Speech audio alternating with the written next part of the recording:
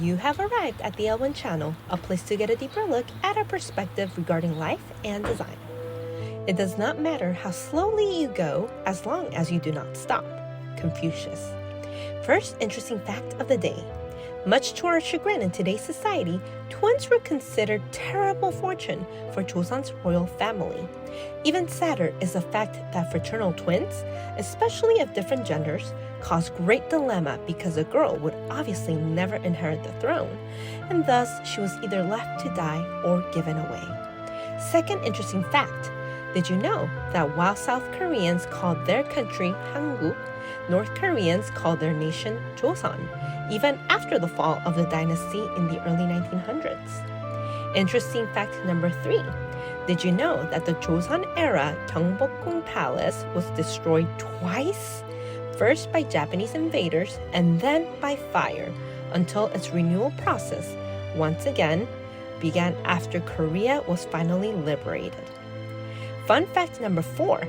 Although Buddhism made its way into the beginning stages of the Joseon dynasty, it was quickly taken over by Confucian philosophies that trickled into every strand of the family unit, social aspect, and political system. This is our 5th and concluding installment on the arts of ancient Korea, featuring the history, discoveries, and crafts of the last Korean dynasty known as the Joseon dynasty. Last week, we covered the Goryeo dynasty, which ultimately came to an end around the 14th century. After a prolonged struggle of inner and outer influences, such as pirate attacks on the peninsula, General Lee Seong-ge successfully thwarted off such foreign threats, and thus his newly created dynasty was born, Joseon. Having become the first Joseon king during the late 1300s, General Yi, newly known as King Taejo, made the historic decision of appointing the city of Seoul, which was formerly called Hanyang, as the location of the Korean capital. Not only was he a successful founder of this dynasty, but he was extremely capable in appointing and commissioning new projects like the Jongmyo Shrine and Gyeongbokgung Palace, as well as outdoor markets, roads in the city, and so forth. Architecture wasn't the only thing that thrived during this period, however, because the efforts of engineering and inventing scientific tools flourished as well. So much so, in fact, that the water clock and the sundial were perfected during the earlier half of the Joseon era.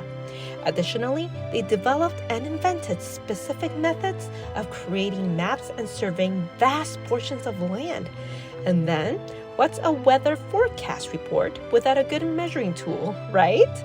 And thus, a one-of-a-kind rain gauging and measurement tool made out of stone became a thing.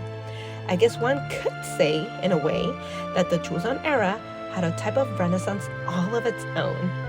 Furthermore, science enthusiasts made sure to take advantage of further advancing the field of medicine. Advancements in the arena of what we today call holistic or oriental medicine were made in great strides. By using herbal goods that were native to Korea, they learned to treat and prescribe medicine and the necessary treatments, as that wasn't really a practice formerly. And of course, we can't forget to highlight perhaps one of the greatest inventions in all of Korean history. During the Joseon dynasty, King Sejong the Great, or better known in Korean as Sejongdaewang, created what experts deem as the most efficiently and scientifically intelligent writing system in the entire world. That's quite hard to believe, isn't it? Considering that the Korean language seems extremely complex to most people who are listening from the outside in. But it has been said by many non-Korean speakers that once they understood the written form, everything finally began to make sense. And as mentioned in our Goryeo video, ceramics, glaze, and celadon were a treasured craft, which extended all the way into the Joseon period.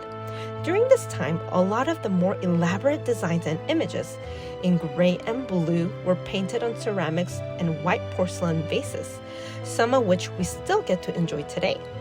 What's more is that interpretive arts blossomed on top of that.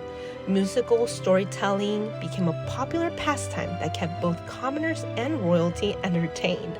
Unfortunately, due to the havoc that was wreaked by back-to-back Japanese invasions circa the late 1500s, which in total lasted about 7 years, a huge portion of these physical historical treasures, even including numerous temples and shrines, did not survive. As you can see, the nation of Korea has undergone every hardship imaginable throughout the ages. But that didn't stop them from building back up to a better life, and one that celebrates the arts so passionately. Thanks for tuning in, guys. We encourage you to please like and subscribe to our channel.